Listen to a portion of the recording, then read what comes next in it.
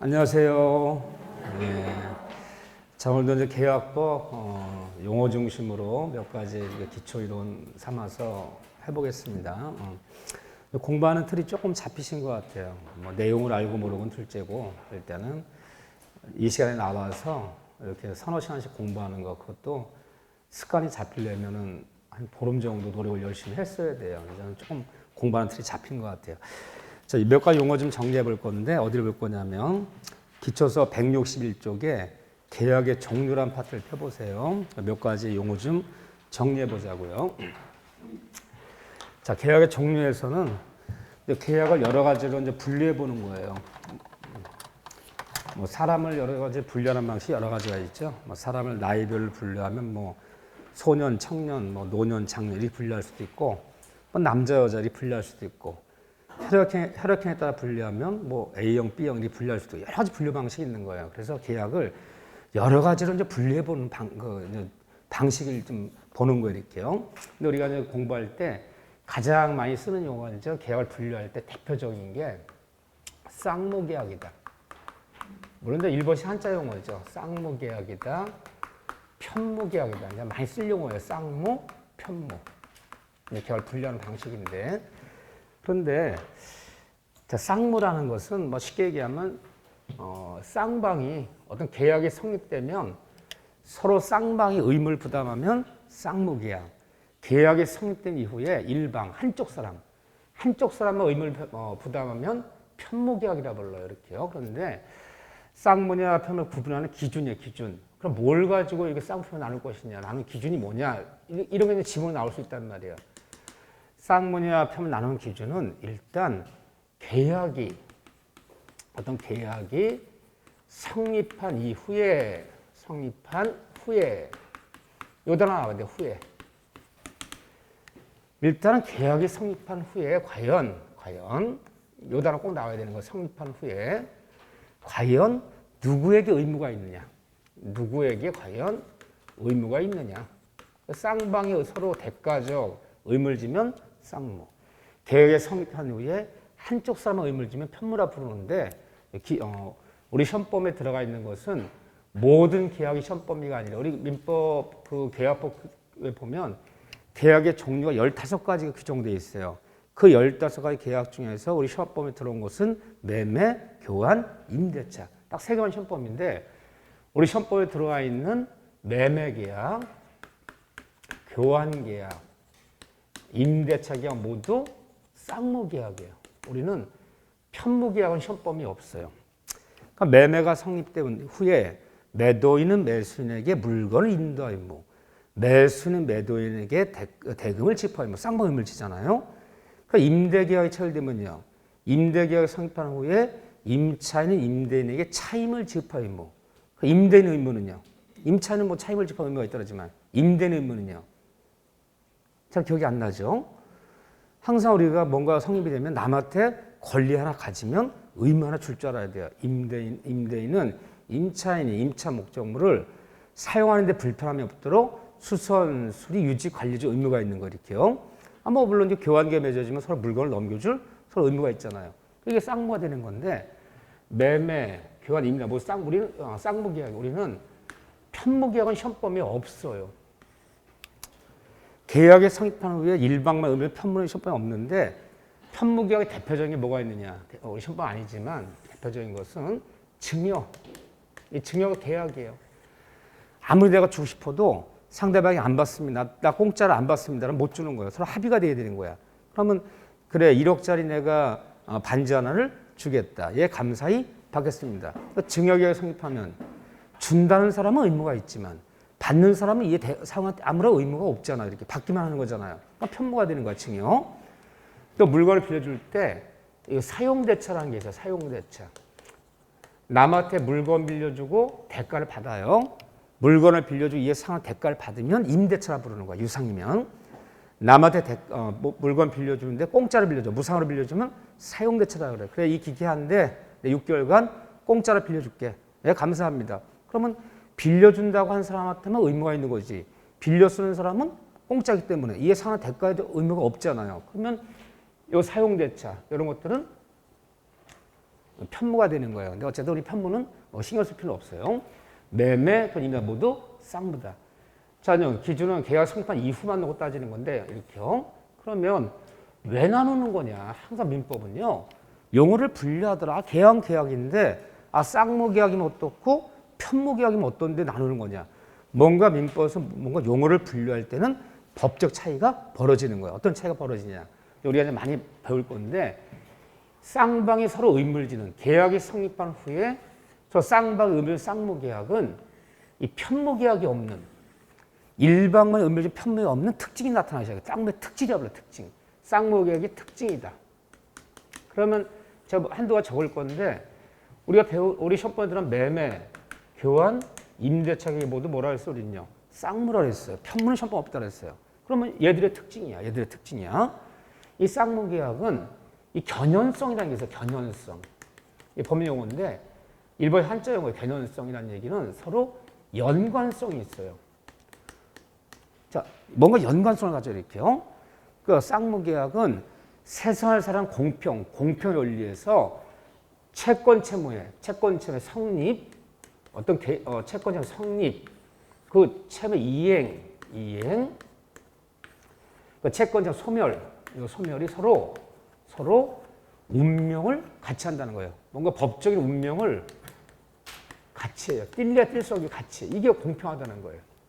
무슨 말? 이걸 견연성이라고 불러요. 쌍무는 뭔가 연관성, 견연성이 나타난다. 보세요. 매매계약이 체결됐어요. 그러니까 매매가 체결되어서 매도인이 매수인에게 물건 인도 의무가 발생하여야 매수인도 대금지 의무가 발생하는 거예요. 근데 만약에 뭐가 계약이 성립됐는데 만일 매도인이 매수인에게 목적물, 물건 인도가 발생치 않으면 타방의 매수인도 대금지 의무가 발생치 않는다는 거예요. 이게 공평하다는 거예요. 성립상의 연관, 개념성, 이행상의 개념성이라고 그래요. 그러면 매도인이 매수인에게 약속 날짜에 물건을 인도하여야 매수인도 대금을 지급하는 거야. 근데 약속한 날짜에 매도인 저는 물건 인도하지 않고 나에게 대금을 지급을 요구해 왔어요. 그럼 매수인 뭐라 그래요? 나 네가 물건 인도할 때까지는 나 대금 지급 거절한다. 내가 너한테 이행하는 거야. 내가 너한테 대금을 지급하는 거야. 네가 나한테 물건 인도해주면 지금부터 같이 하자. 왜 나만 먼저 하라 그러냐. 이걸 이행상의 개념성이라고 부르는 거야. 같이 이행하자. 내가 먼저 선이행한다는 얘기 아니야. 내가 먼저 매매 대금을 먼저 지급하여야 물건 인도를 받을 수 있다는 건 선이행 의무가 있다는 거야. 근데 쌍무계약은 공평을 위해서 같이 이행하는 거야. 누가 먼저 이행을 해야 되는 게 아니라 같이 이행하는 거야. 네가 뭐뭐 할 때까지는, 네가 물건 인도할 때까지는 나도 대금 지급 못해. 같이 하자. 이걸 뭐라 그러냐. 이거를 동시행 항변권이라 불러. 우리가 이 다음에 전 많이 배울 거죠. 동시행의 항변. 같이 이행하자. 이게 공평하다, 안 공평하다? 이거 공평하잖아요. 그렇잖아요? 그 쌍무계약을 맺어주면 서로 같이 이행을 해야 되는 거지. 누가 먼저 이행해야지 이행 요구한다면 안 되는 거예요. 동시항변권이라 불러. 이행상의 변연성. 쌍무계약은요. 한쪽 사람의 채무가 소멸하면, 예를 들면 매도인이 물건 인도 의무가 소멸하면 타방의 매수인도 대금 지무가 함께 소멸된다. 이게 공평하단 말이에요. 그래서 쌍무계약은 공평의 견지에서 채권채무의 성립, 이행, 소멸이 서로 운명을 같이 한다. 이런 특징이 나타나요. 그래서 이건 이제 우리가 동시항변권이라 부르고, 소멸상의 개념성 이 다음에 우연부담이라 불러요. 올해도 당연히 나왔죠. 당연히 두 문제 여기서요. 그런데 이제 소멸상 개념성에 부르는데, 물론 일본식 한자 용어예요. 그런데 이 동시항변권이니 같이 이행하자. 일방의 채무가 소멸하면 타방의 채무가 함께 소멸한다. 우연부담. 이 용어는 오로지 쌍무계약에만 쓰는 용어야. 쌍무에만. 편무계약에서는 이런 문제가 발생치 않는다. 근데 우리 시험번에 들어가 있는 매매, 교환, 임대 모두 쌍무기 때문에 매매권, 교환, 임대차 계약에서 서로 같이 이행하자. 동시항변권. 일방의 채무가 그 잘못 소멸하면 타방이 함께 소멸, 우연부담 문제는 여기서도 발생한다, 발생치 않는다, 발생한다. 이걸 배우기 위해서 쌍무편을 나눈 거릴게요. 쌍무의 특징, 그럼 동시항변권, 우연부담, 운명을 같이 한다. 그걸 견연성이라 부른다. 편무에는 이런 특징이 없다. 이렇게요. 자, 이걸 나눈 이유, 이 다음에 이제 가면서 보는 거예요. 용어만 한번 들어보는 거예요. 또 계약을 분류할 때 유상계약이다, 무상계약이다. 참 많이 쓰는 용어죠. 유상계약이다, 무상계약. 유상이다, 무상계약이다. 유상, 무상. 말뜻 그대로죠. 유상은요, 내가 뭔가 상대한테 해줘. 뭘 하는 걸 이행한다 그래요. 내가 상대한테 뭔가 이행하면 이에 상응한 대가를 내가 받는 거야. 아무 조건 없이 이행하는 게 아니야. 내가 뭔가를 상대방한테 급부하거나 이행하면 이에 상응한 대가를 요구하면 유상. 나는 뭔가를 이행하지만 아무런 대가를 요구하지 않으면 무상이에요. 그런데 이 계약이라는 게 때에 따라서는 뭐 1년에 걸쳐서 뭐 6개월에 걸쳐서 여러 번 이루어지는 경우도 있어요. 여러 번 이행이 되는 경우도 있어요. 근데 어쨌든 계약의 전 과정을 놓고 볼 때 단 한 번만이라도 대가를 내가 받아. 단 한 번만의 대가를 받으면 유상. 단 한 번도 대가를 받지 않아야 무상이 되는 거예요. 이렇게요. 자, 그런데 유상, 무상 나누는 기준이야. 그건 대가를 받느냐 안 받느냐를 어디를 놓고 따지는 거냐. 그러면 유상, 무상을 구하는 기준은 계약의 전 과정을 통해서 유상, 무상이 결정되는 거예요. 그래서 계약의 전 과정을 놓고 뭔가 한 번만이라도 상응하는 대가를 받으면 유상. 계약의 전 과정을 통해서 볼 때 단 한 번도 대가를 요구하지 않으면 무상이 되는 거예요. 여러분들이 시험이니까 쌍무편을 나눈 기준이 뭐냐 그러면 쌍무편문은 계약의 전 과정을 놓고 따지는 것이 아니라 계약이 성립한 후만 놓고 따지는 거예요. 후에 과연 누가 의무가 있느냐 이런 거 따지는 거고, 유상, 무상 나누는 기준은 계약이 성립한 후만 놓고 따지는 것이 아니라 계약의 전 과정을 통해서 단 한 번만의 대가를 받으면 유상. 그러니까 이런 단어들을 기억해 주셔야 되는 거야. 우리 시험 공부는 뭐 문장으로 묻는 것이지 나한테 말로 시켜보는 게 아니잖아. 이렇게요. 이런 단어들. 그런데 우리 시험범에 들어가 있는 매매계약, 교환계약, 임대차 계약, 이 세 개 계약 모두 대가를 받는 유상이에요. 우리는 무상은 시험범위 없어요. 뭐 사용대차, 뭐 증여 이런 거 무상은 시험범위 없다. 그러면 무상계약 잊으시면 되죠. 우리 모두 우리 유상계약은 시험범위에 있어요. 그런데 유상은 무상과 어떤 차이점이 있냐? 이 유상계약에는 매매, 교환, 임대차 계약에는 반드시 유상은 이 담보책임이라는 문제가 발생해요. 담보책임. 이것 때문에 나눠보는 거예요. 담보책임이란 말이 뭐냐? 남한테 대가를 받고 넘긴, 뭐 매매했어요? 돈 받고 넘겼잖아. 남한테 대가 받고 넘긴 물건이나 권리에 하자한 흠이 있다면 무조건 책임을 져줘야 돼. 법정에 무할 책임을 져야 돼. 임차는 목적, 내가 임대인이야? 임대차 계약 유상계약이잖아요. 창고를 임대 줬어.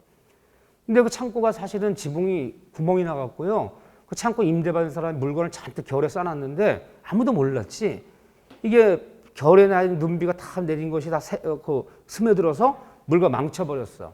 그러니까 임대인은 무조건 임차인에게 책임져줘야 돼. 책임져줘야 돼. 그 담보책임이다 부르는 거야. 그래서 매매한 목적물에, 임차한 목적물에, 교환한 목적물에 하자한 흠 때문에 매수인이, 임차인이 누가 뭐 손해보거나 피해본 것이 있다면 비록 매도인에게 난 몰랐어요 정말.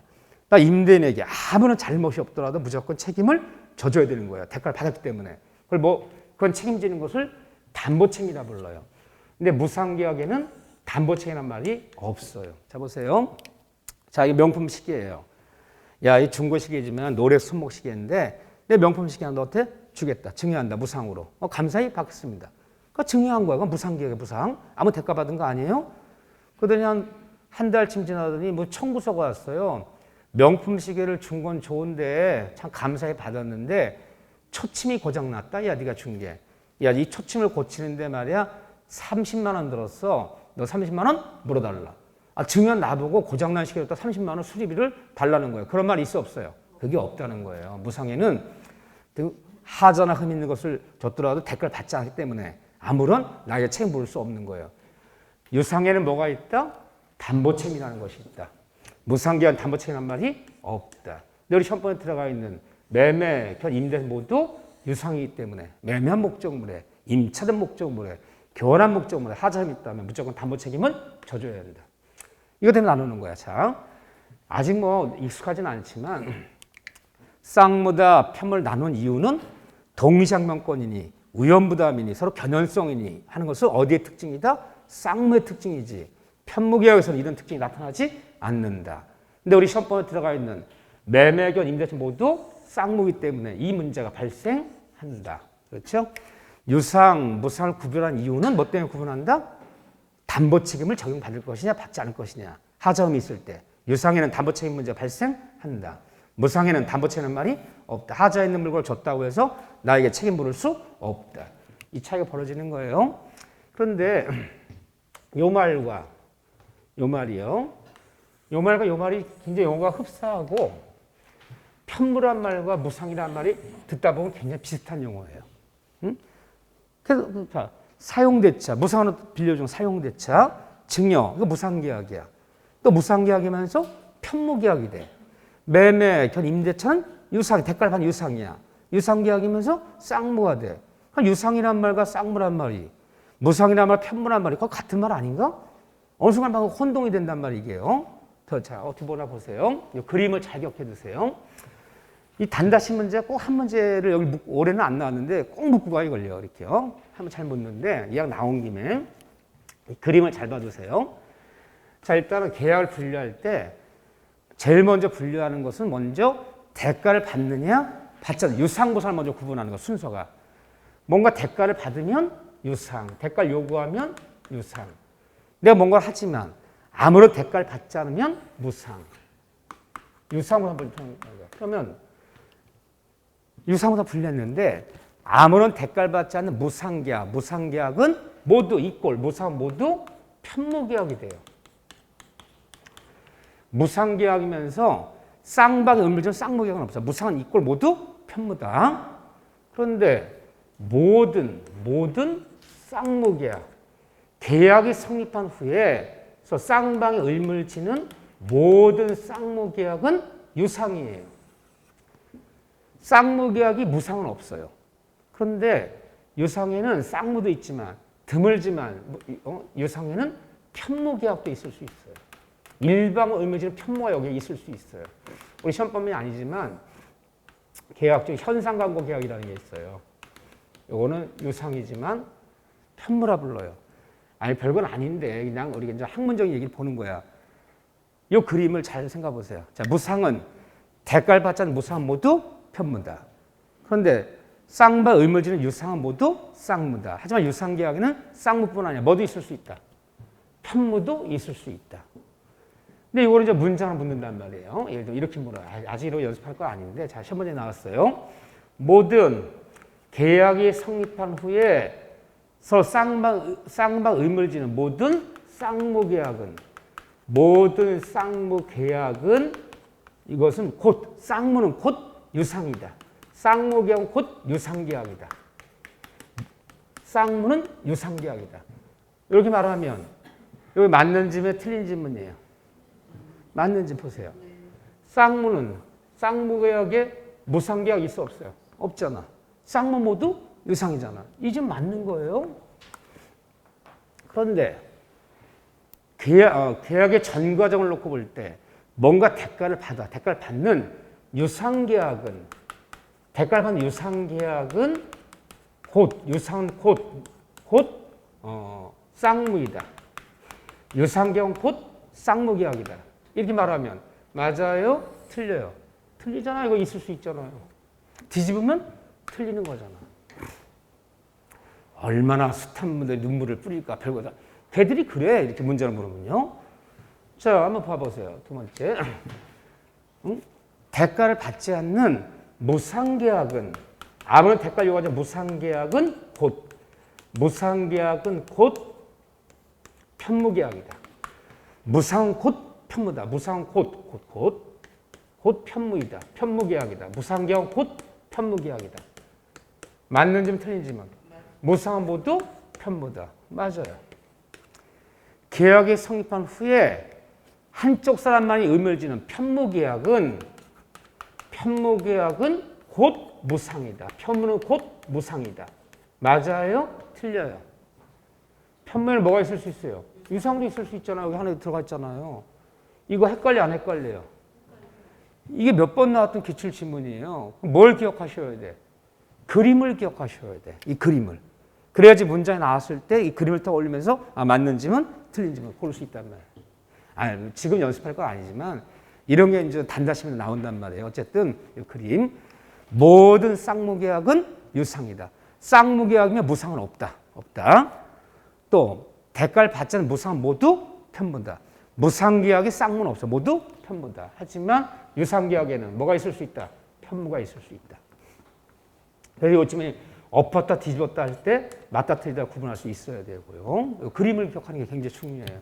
이제 문제 풀이할 때 할 얘기를 해버렸어 지금. 어쨌든 그 나눈 이유가 있는 거예요. 또 하나는 낙성계약이다. 교재 넘겨보세요.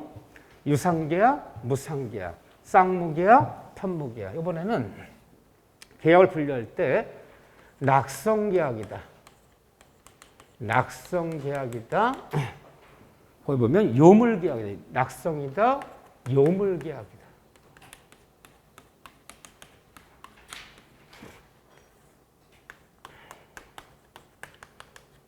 그러면 낙성이다.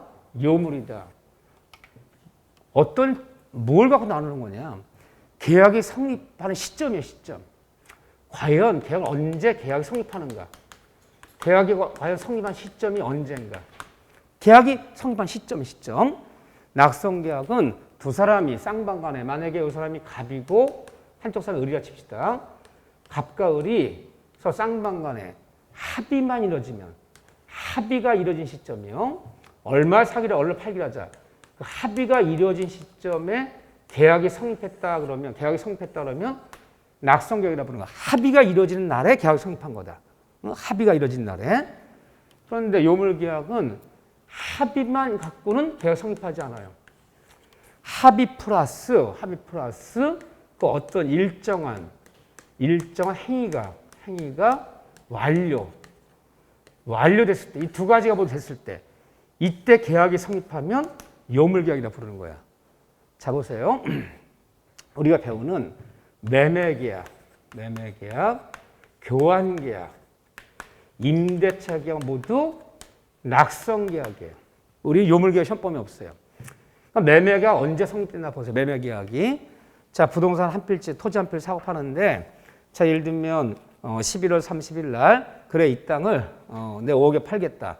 좋다. 이 토지를 내 5억에 사겠다. 계약 쓰자. 그 11월 30일 날 5억에 사고 팔기로 계약서 썼어. 합의가 됐어요. 그래서 계약금 5천만 원 주고 잔금은 한 달 뒤에 12월 30일 주기로 했으니까요. 그러면 두 사람이 얼마에 사고 팔기 합의가 이루어진 날이 언제예요? 계약서는 오늘이잖아요. 11월 30일. 오늘 계약이 성립한 거야. 그러면 12월 3일 잔금 치르는 건 뭐예요? 잔금 치르고 부동산 등기 넘겨주고 하는 건요. 그럼 계약이 성립한 거에 따른 각자의 각자의 의무를 이행하는 날이야. 근데 만약에 매매는 매도인은 매수인에게 목적물 인도해주고 매수인은 매도인에게 대금을 지급함으로써 성립하는 계약이다 그러면 맞을까 틀릴까요? 아니 용어가 매매가 성립한 시점 매도인은 매수인에게 매매한 목적물을 인도해주고 매수인은 매도인에게 대금을 지급함으로써 성립하는 계약이다. 리턴을 하면 이게 맞을까 틀릴까요? 이게 틀린 거야. 이게 맞다 그러면 잔금 치는 날이 매매가 성립했다는 거야. 잔금 치는 날 매도인 매수인에게 매매한 목적을 명도해주고 매도인에게 대금을 지급하면 성립했다 그러면 잔금 치는 날 계약이 성립했다는 얘기야. 그 잔금 치는 날은 계약이 성립한 것에 따른 목적을 인도해주고 대금을 지급하면 각자 의무를 이행하는 날이지. 계약이 성립하는 날은요. 얼마에 사고 팔기로 합의가 이루어진 11월 30일 날. 그날 계약이 성립한 거지. 물건 인도하고 대금 지급하는 매매가 성립한 게 아니잖아요. 이게 낙성계약이란 말 뜻이야. 합의가 이루어진 날에 계약이 성립하는 거예요. 시점이. 근데 요물계약은 그렇잖아요. 합의 플러스 어떤 일정 행위까지 완료돼야지 성립이 되는 거야. 합의하고 계약이 성립하지 않아.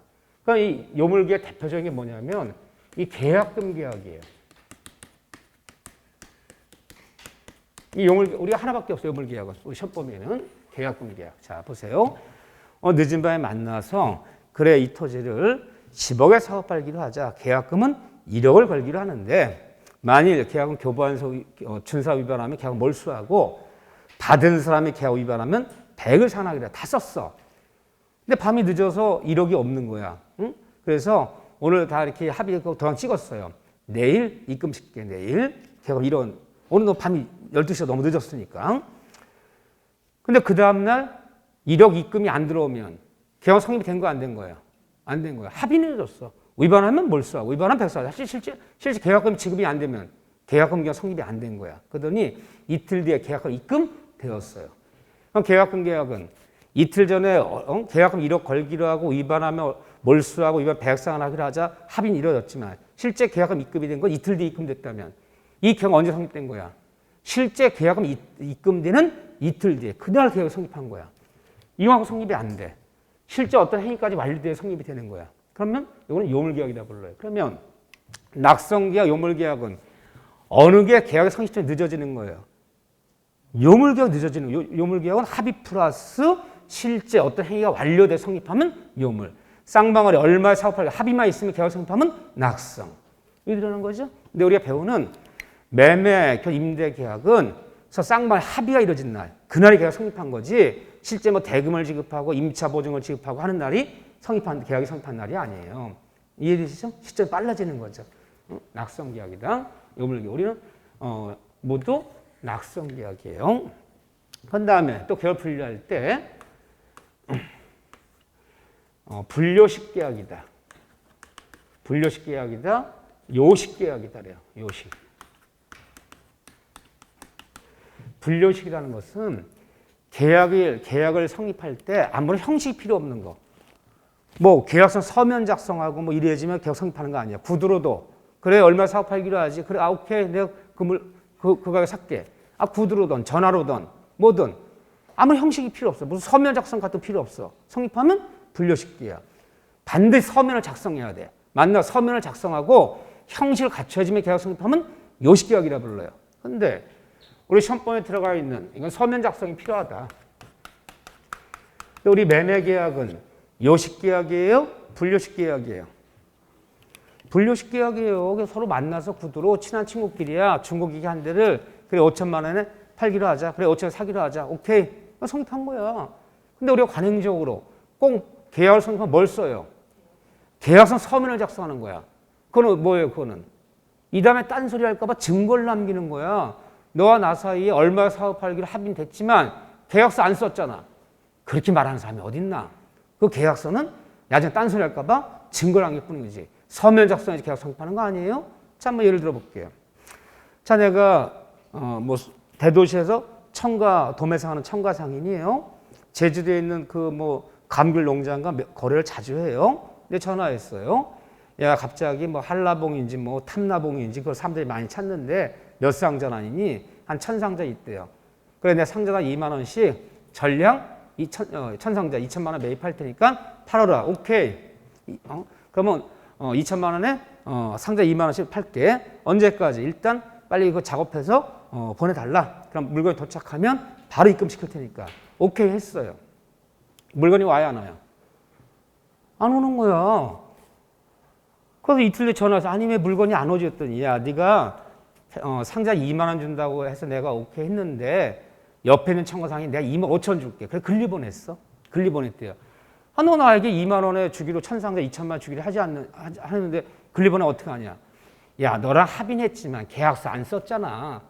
그게 말하는 사람은 없어. 내가 언제 합의했는데 내가 언제 상자 2만 원 판다고 했는데 생각해보겠다 이제 이렇게 얘기하지. 그렇잖아요. 합의했지만 계약서 안 썼기 때문에 계약 성립하지 않은 거야. 그렇게 말하는 사람 없잖아요. 이해되죠? 그래서 내가 그렇게 얘기하는 거야. 야, 합의는 했지만 상자가 2만 원씩 2천만 원에 내가 주기로 합의는 했지. 계약서 안 썼잖아. 그래서 옆으로 보냈대요. 내가 손해배상 청구 냈어요. 몇 월 며칠 날 이렇게 2만 원씩 2천만 원에 합의가 됐는데 일방적 결 이행하지 않아서 제 장사를 못해서 손해한 것이 있습니다. 나에게 1000만 원 물어주라고 해주세요. 소송 걸어버렸어. 재판에 나왔어. 자, 피고 할 얘기 있으면 해보세요. 판사님 몇 월 며칠 날 제와 나사의 전화로 상자당 2만 원씩 1000상자를 2,000원 사고 팔기로 합의한 적이 있습니다. 그렇지만 계약서 안 썼습니다. 안 썼으니까 성립 안 된 거 아닙니까? 판사 때 맞아 죽어. 바쁜데 별로면 속썩인다. 빨리 500만 원 물어줘. 1000만 원 물어줘. 이렇게 얘기해. 그렇게 얘기 안 해. 계약서 안 쓰면요. 합의한 적 없습니다. 이렇게 얘기하잖아요. 그러니까 계약서란 서면은 증거를 남긴 것 뿐이지 구두로도 전화로도 다 성립이 되는 거야. 우리 배우는 매매, 현 임대차 계약은 다 불요식 계약이에요. 그렇죠? 요식 계약이 없어 우리 시험범위는. 자 그러면 결론 내자고요. 우리가 앞으로 전 배울 거 5문제나 오래된 전 이 계약 총론에서 5문제 매매, 교환 임대차 계약에서 5문제 반씩 나왔어요. 이렇게요. 근데 우리 시험범위에 들어가 있는 계약은 매매 계약, 시험범위, 교환 계약, 임대차 계약 3개만 계약 중에서 이 3개만 시험범위인데 우리 시험에 들어가 있는 매매, 교환, 임대차는 모두 유상계약이에요. 우리 무상계약 시험범위 없어요. 유상이에요. 유상계약이기 때문에 매매, 교환, 임대차는 모두 무슨 문제 발생한다?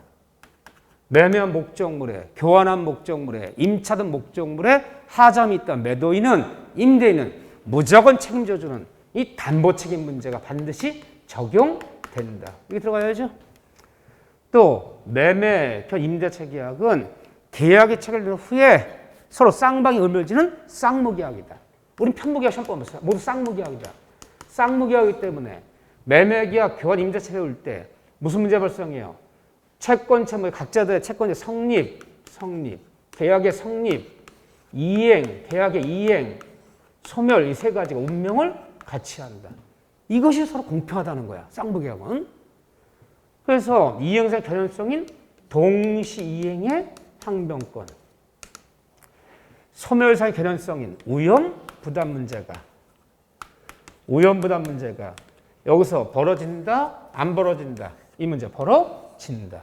같이 이행하자. 일방의 창을 소멸하면 타마자 함께 소멸해야 된다. 이 문제 벌어져요. 또 매매 임대차 우리는 뭐 쌍무계약이며 두 번째는 모두 낙성계약이에요. 우리 요물계약 없어요. 낙성계약이기 때문에 매매 현 임대차 성립한 시점은 쌍방 간에 자 보세요. 매도인은 매수인에게 물건을 인도해주고 합의하고 매수인은 이에 상응하는 대금을 지급하고 합의가 이루어짐으로 성립하는 계약이다. 맞아 틀려요? 합의란 말 내가 2번 썼잖아요.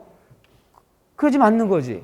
매도는 매수인에게 물건을 인도해주고 매수인은 매도에 대금을 지급함으로 성립한다. 그러면 잔금 친 날이 성립한다는 뜻이야. 그럼 요물계약이 되는 거야. 우리는 합의가 이루어져 성립하는 낙성계약이다. 그 다음에 우리는 계약서 서면 같은 작성 필요 있다 필요 없다 모두 불요식 계약이다.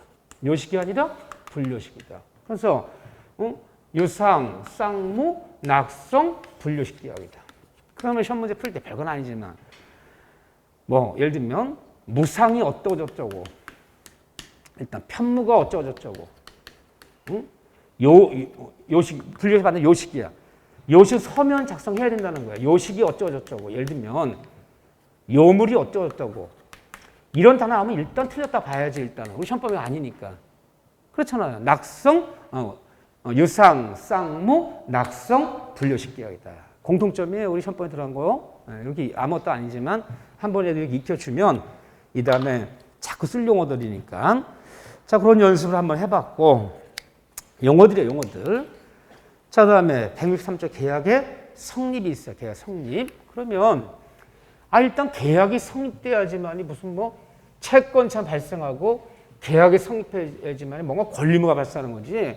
성립도 안 된 계약에서 체결도 안 된 계약에서 논할 필요 없는 거잖아요. 그러면 우리가 사회생활 때 어떻게 계약 성립하는 거냐? 이 계약의 성립. 계약이 성립해야지 이제 민법적 문제가 발생되는 거야. 성립도 안 된 계약은 논할 필요 없는 거예요. 법적 민거기 때문에. 체결도 안 된 계약에서 뭘 권리를 논할 필요가 없잖아요. 자, 계약의 성립인데 계약 성립에는 크게 민법 규정에는 크게 3가지가 있어. 이 3가지가 모두 계약 성립이라는 거예요. 이 3가지가. 가장 대표적인 계약 성립은 쌍방간에 2명 등장시 갑거리한 사람이 있다 칩시다. 쌍방간에 합의가 이루어짐으로 계약이 성립한다. 합의. 1억에 팔겠다. 오케이, 1억에 사겠다. 쌍방이 합의가 이루어지면 계약 성립한다. 이거 가장 대표적이죠. 우리가 사회생활 때 대부분의 계약은 얼마에 팔겠다, 얼마에 사겠다. 오케이. 그 내용이 서로 내용이 일치하고 사람이 일치하고 합의가 이루어지면 계약 성립하는 게 99%예요. 이건 좀 이따 보기로 하고. 또 하나의 계약 성립. 이건 이제 99% 계약은 이렇게 성립하는 거고. 많지는 않지만 드물게지만 이것도 계약의 성립이라는 거예요. 하나는 요게 이제 533조에 어디 있냐면 교차 청약에 의한 이 계약의 성립이라는 게 있어요. 드물지만. 이 법조문이야. 교차 청약에 의한 계약의 성립. 자, 이걸 보기 전에 원래 합의가 이루어지려면 항상 민법에 한쪽 사람은 뭐라 그래요? 이제 매도냐 칩시다. 한쪽 사람 의사를 청약이라 불러요. 청약. 팔겠다. 청약. 한쪽 사람 의사를 승낙이라 불러요. 청약과 승낙이 서로 일치함으로. 이게 일치됐다는 것이 합의가 부르는 거예요. 일치가 되려면 청약, 승낙 일치하면 합의되면 계약이 성립하는 거예요. 자, 근데 이게 일치해서 합의가 이루어지려면 청약, 승낙이 뭐가 일치해야 돼? 그래야 이 물건 1억에 팔겠다. 1억에 팔겠다. 팔겠다는 게 청약이야. 1억에 팔겠다. 오케이. 내가 그 물건 9천만 원에 사겠다. 오케이. 사겠다. 9천만 원에. 승낙은 들어왔지만 얘는 1억에 팔겠다. 얘는 9천 사겠다. 서로 내용이 일치하잖아요. 내용이 일치하자는 합의가 안 이루어진 거지. 합의를 했다는 것은 청약과 승낙이 서로 내용이 일치해야 돼. 팔겠다? 1억 원에. 사겠다? 1억 원에. 또 내용이 일치해야 돼요. 그럼 내용의 일치가 있어야 되는 거고. 무조건 뭐 사겠다 의사표에 들어왔다가 계약 성립하는 거 아니잖아요. 산단 말은 하지만 9천만 원에. 내용이 일치하지 않잖아요. 이 내용이 일치하는 것을 객관적 합치라 불러요. 객관적 합치가 있어야 되고. 또 하나는 원칙을 얘기하는 거야. 서로 내용만 일치했다고 무조건 계약 성립하는 거 아니에요. 두 번째는 서로 사람이 일치해야 돼. 사람의 일치가 있어요. 사람의 일치. 이게 원칙이에요. 사람이 일치하는 것을 주관적 합치라 불러요. 주관적 합치. 이 두 가지가 있으므로 합의가 이루어지는 거야. 자, 보세요. 이제 갑이라는 사람인데 중고 자동차예요. 근데 친한 친구가 늦게 운전면허를 땄어요. 늦게. 아주 늦은 나이에. 그래서 야, 이 초보는 새 차 갖고 하면 다 고장, 망가져. 그러니까 일단은 중고차로 한 6개월에서 1년 연습한 다음에 좀 운전에 익숙해지면 새 차 사는 거야. 너에게, 너 친구니까 이 자동차 너에게 내가 500만 원에 팔겠다라고 을한테 친구한테 청약했어요. 팔겠다 500만 원에 친구니까 팔겠다. 이게 청약이라 부르는 거예요. 오케이. 사겠다 500만 원에. 승낙이 들어왔어요. 팔겠다 500만 원에. 사겠다 500만 원에. 내용은 일치해요. 근데 누가? 친구 을이 아니라 친구 옆에 사는 병이. 오케이. 내가 사겠다 500만 원에. 승낙이 들어왔어요. 그러니까 이게 성립한 거예요? 성립이 안 된 거예요? 성립이 안 된 거예요. 왜? 내가 친구가 아니라 모르는 사람이라면 550만 원 받을 수도 있는 거 아니에요? 을한테 청약하면 누가 승낙해야 돼? 을이 승낙을 해야지.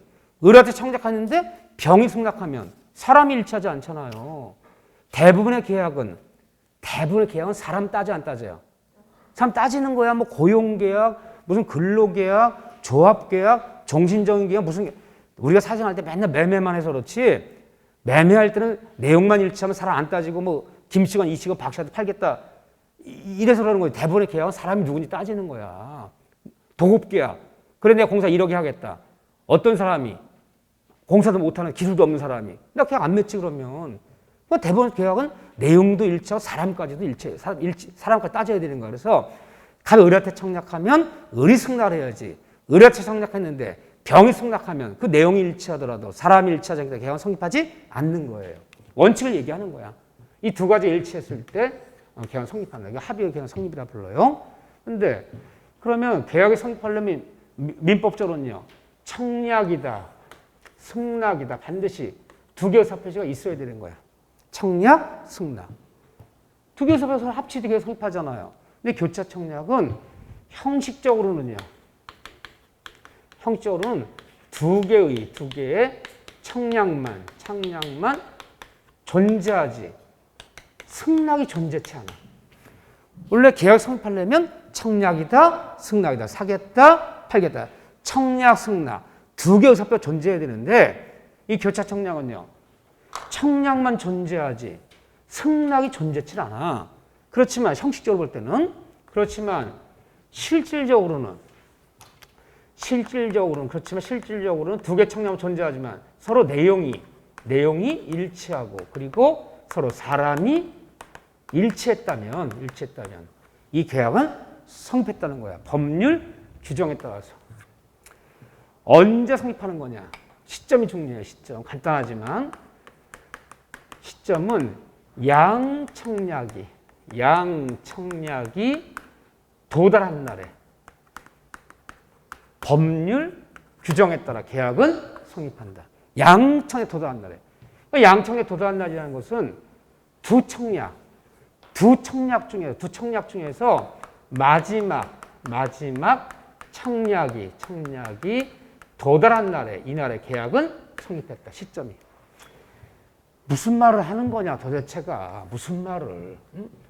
가르치는 저도 황당해. 왜 황당한 줄 아세요? 이 민법에 제정된 것은 60년 1월 1일이야. 이 법조문 60년 1월 1일 맞는 법조문이에요. 그러니까 민법에 제정된 60년 1월 1일은 우리 사회가 어떤 사회야?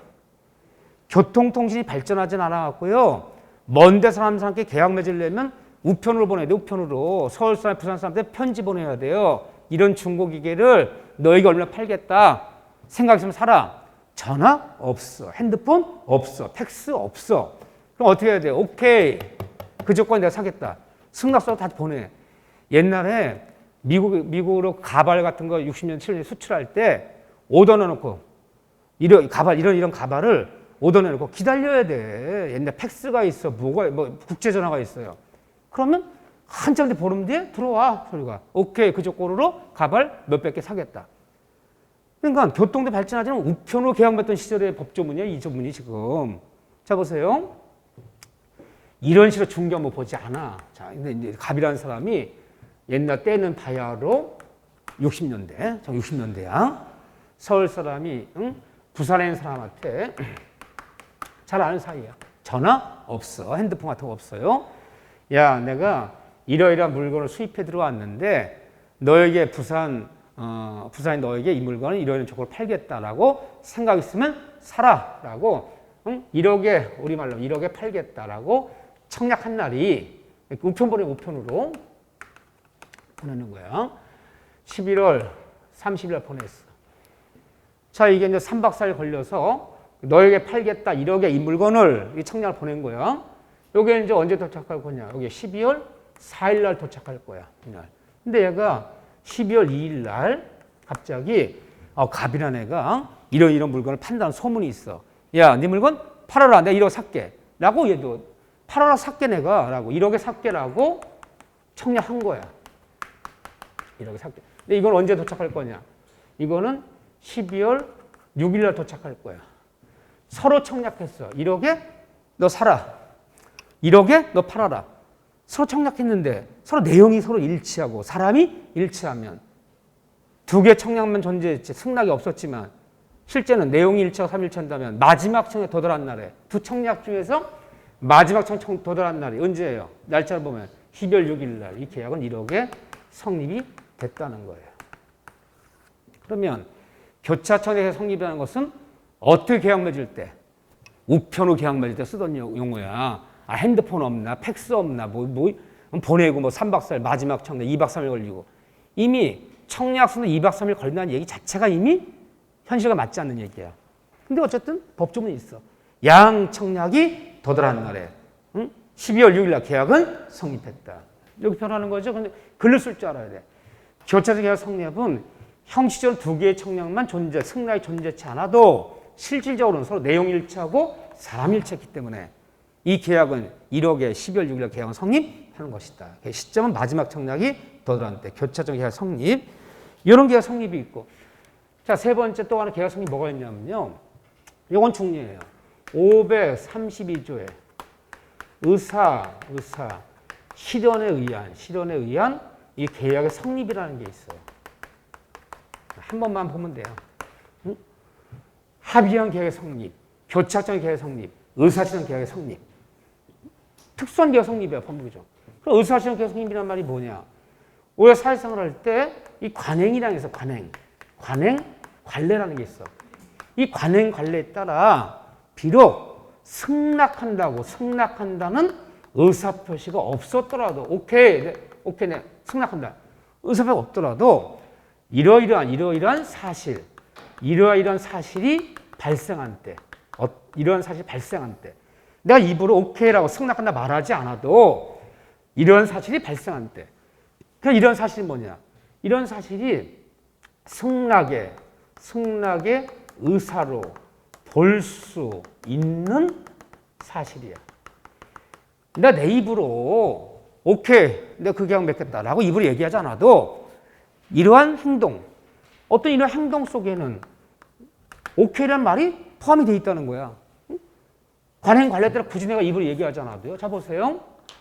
제가 예금하려고 예금 통장이랑 현금 500만 원을 들고 대기표 뽑고 기다리다가 내 차례가 와서 예금하러 왔습니다 하고 예금 통장과 500만 원을 내놨어. 누가 청약하는 걸까요? 내가 청약하는 거야. 은행은 청약 유인한 거야. 청약 유인. 내가 예금하러 왔습니다. 좋습니다. 당시 예금 청약을 우리 은행에 받아주겠습니다 라고 그 직원이 입으로 얘기하지 않아도 통장과 돈을 받아들이는 순간 은행과 나 사이에 예금교환 체결된 거예요. 관행관례에 따라. 몸이 아파서 병원에 갔어요. 병원에서 기다리다 내 차례에서 진료 접수시켰어. 누가 청약하는 거예요? 내가 청약하는 치료 청약. 그러면 간호사 아가씨가 좋습니다. 당신의 치료 청약을 우리 병원에 승낙합니다 라고 입으로 얘기하지 않아도 그 진료 접수를 시키는 순간 병원 나 사이에 치료 계약은 맺어진 거야. 관행관례에 따라. 굳이 승낙한다는 말을 하잖아. 그러면 자 보세요. 차를 몰고 나왔는데 주차를 시킬 데가 없어. 자, 내가 주차를 시킬 때 마땅치 않은데 봤더니 유료 주차장이 있어. 유료주차장. 파킹이라더니 시간당 1,000원 이렇게 적혀 있어. 사람은 없어. 누가 청약한 거예요? 그 주차장 중에 청약한 거야. 이 자리에 주차시킨 분들은 시간당 1,000원씩만 내면 누구든지 주차 좋습니다. 청약한 거야. 사람도 없어. 내가 그래서 그냥 거기다 파킹 시켜버렸어. 좋습니다. 시간당 1,000원씩 당신의 주차 청약을 내가 승낙합니다라고 말하지 않아도 유료 주차에 파킹을 시키는 순간 주차 주인과 나 사이에 주차 계약은 성립된 거지. 그 사람 꼭 만나서 좋습니다. 내가 주차하겠습니다 라고 말하지 않아도 그런 행위 속에 이게 사실상 다 이렇게 하는 거야. 자, 내가 노선버스 타려고요. 요 앞에 나가서 버스 형 기다렸어. 자, 노선별 다 그려있는 버스들이 와서 문을 열어. 그게 청약하는 거예요. 누구든지 요금만 내시면 이 노선별 모셔다 드리겠습니다. 문 여는 게 청약이야. 좋습니다. 내가 승낙합니다 라고 말하지 않아도 올라타는 순간 버스에서 나 사이에 운송계약은 체결된 거야. 그렇잖아요. 올라타는 행위 속에. 네가 안 타야지 그러면요. 유료차 주차시키는 행동 속에 진료 접수 시에 계약은 성립했다. 그러한 발생. 이게 승낙에서 볼 수 있는 사실이죠. 이게. 여기서 이제 대표적인 게 뭐냐면 보내준 물건을 송부한 물건을 사용하기 시작했을 때 매매가 성립했다는 거예요. 자, 예를 들면 내가 집에 들어갔는데 뭐 제품이 와 있어. 뭐 무슨 제품과 함께 청약서가 와 있어요. 우리 회사에서 이런 신제품을 만들었대요. 3중 바닥 냄비. 그래서 녹돌도 많이 나고 건강 안 좋은데 이 세라믹 바이오 냄비는 원래 한 세트 100만 원 받던 건데 특별 할인 기간 맞이해서 이번에 50만 원에 모시겠대. 그러면서 만일 사실 마음이 없으면 연락처를 연락 주시던가 뭐 해달래요. 난 너무 살 마음 없어요. 그 일단 그냥 받아놨어. 그러다가 그냥 그 다음날 한번 3중 바닥 냄비로 라면 끓이면 맛있을까? 한번 끓여놔 볼까? 뜯어서 라면 끓였어요. 그 순간 그 냄비 회사와 나 사이에 냄비 매매 경성이 된 거예요. 그런 사람 발생을 보내준 물건을 사용하기 시작했을 때. 그거 성립하기 때문에 대금 50만 원 줘야 된다 안 된다? 줘야 된다. 이게 보잖아요. 이건 굉장히 많은 형태잖아. 그래서 우리가 사회생활 때 보내준 송부한 물건을 사용하기 시작했을 때, 유료주차장에 파킹 시켰을 때, 병원 진료 접수 시에 계약은 성립했다. 관행관례에 따라서 이때 이게 의사는 계약 성립을 부르는 거예요. 세 가지 경우의 성립 형태가 있다 이 얘기를 해요. 자, 그런데 이제 오른쪽 페이지 보면요. 청약, 승낙 얘기가 나와요. 자, 10분 쉬었다가 청약, 승낙, 계약, 책임, 관리 책임, 동시항변권, 의원부담 이런 용어들을 받으러 갈 거예요. 10분 쉬었다가 청약, 승낙 얘기부터 다시 할게요.